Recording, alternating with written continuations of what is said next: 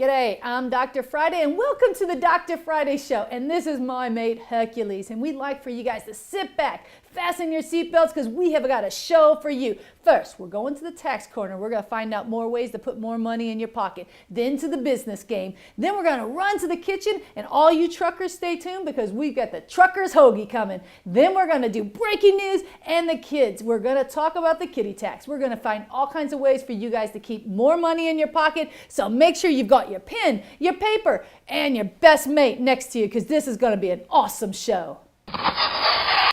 Tax class is in session and the teacher is here. I want to make sure you guys have your pen and paper because today we're talking about how to pay zero on your taxes. Now, I don't mean how not to pay any federal taxes. What I mean is when you're working all year and you are an employee of somebody else, I want to make sure at the end of the year, you're not writing a check. That's the biggest mistake, is when you have to pay money after all year paying in on a W-2 or W-4, whatever way you want to look at it. When it comes to working, you want to make sure your W-4 form is correct. Now, what I mean by that, I mean if you file your taxes every single year, and every single year out pops the checkbook, and then you're having to write a check because of something you're doing. Now, in my opinion, that's wrong. You should be adjusting the W-4 so that you have more money coming out every single check. So at the end of the year, there's no checks being wrote. Because what's happening? When every time you write that check at the end of the year, what's most likely happening?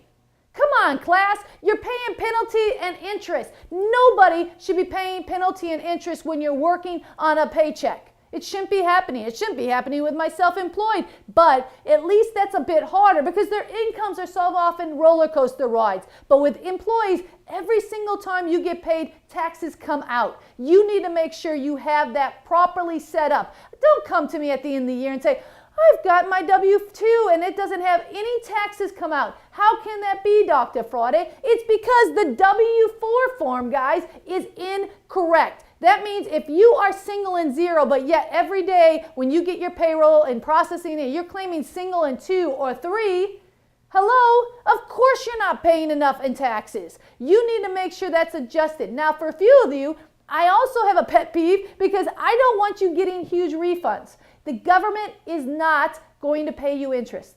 It's that simple. Do you really want to give a loan to the Internal Revenue Service interest-free?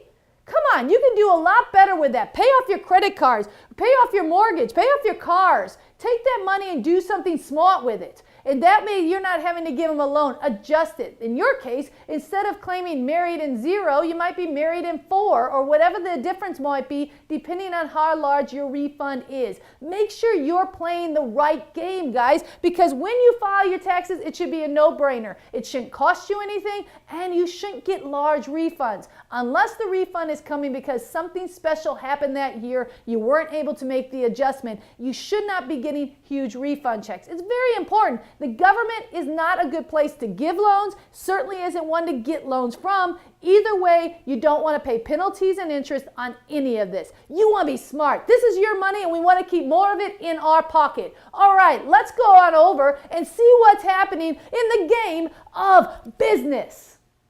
This is the game of business. No more than in normal situation, this game of business really applies to this point I'm going to make today. What it comes down to is a lot of people are talking about, is that 15% tax bracket that people keep talking about that Steve Jobs probably was in, we all know Mitt Romney's in, all those rich people, is that 15% really about being rich? Let's talk about that just a little bit. First, how do they get interest and dividends, especially dividends from a corporation? They have to invest into it, right? How do they invest money into a company? Well, let's think about that. Don't you actually have to take after-tax dollars and invest it in? Which means one of two things. Maybe they inherited a lot of money, so they had to pay inheritance tax, on that money, and then they invested it into other businesses. Yet that money was already taxed at a higher percentage, up to 45%. If they earned it like you and I, and remember, 80% of people that own stock in the stock market are people that have 401ks and IRAs, just everyday working people with retirement accounts. Those people are how they investing their money, either through a retirement account that they'll pay tax on when they cash out, or they're buying stock with what? With their hard-earned after-tax dollars. So all they're doing is taking that money, paying tax on it, and then they are just rolling the dice. That's right. They're hoping that they're going to pick the right company. In fact, I want to share a small story with you on this. This story goes very simply like this. I have a client. Right now, he is retired. He's in his mid-70s, but he worked for a local company called DuPont. Now, DuPont is a manufacturing company, and he worked there for years, okay? And every year, even though he had a pension and all these other things, he took so much money from every single paycheck and invested it right back in the market. That's right. He invested it. Now, this man, when he retired, was worth over $1 million. He never made more. His highest earning time, he made $50,000 working for DuPont. He now is worth over $1 million.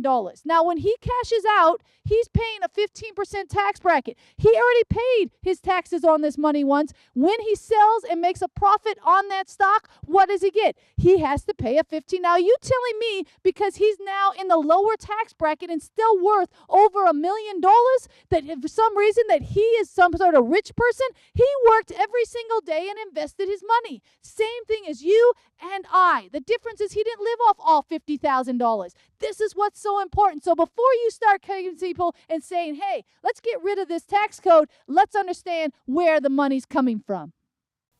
Dr. Friday Tax and Financial Firm. That's me. And that's who you want to call if you want someone to help you with your finances, help you with your taxes.